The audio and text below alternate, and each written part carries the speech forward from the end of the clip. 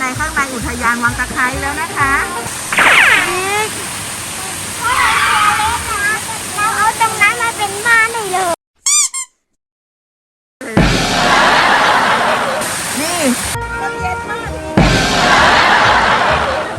พี่ยังอย่าแกล้งแม่ลูก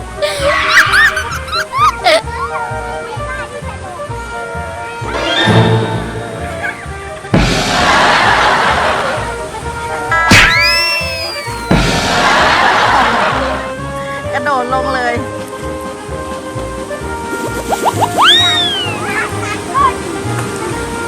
ฝากเพื่อนๆกดติดตามช่องอีกกี้เอลลี่ด้วยนะคะ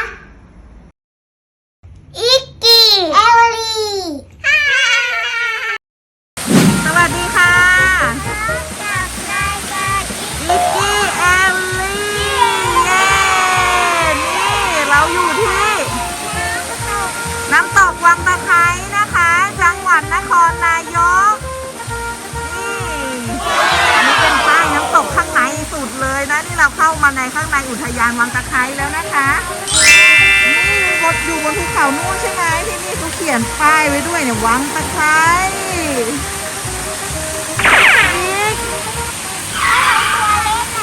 เราเอาตรงนั้นมาเป็นบ้านเลย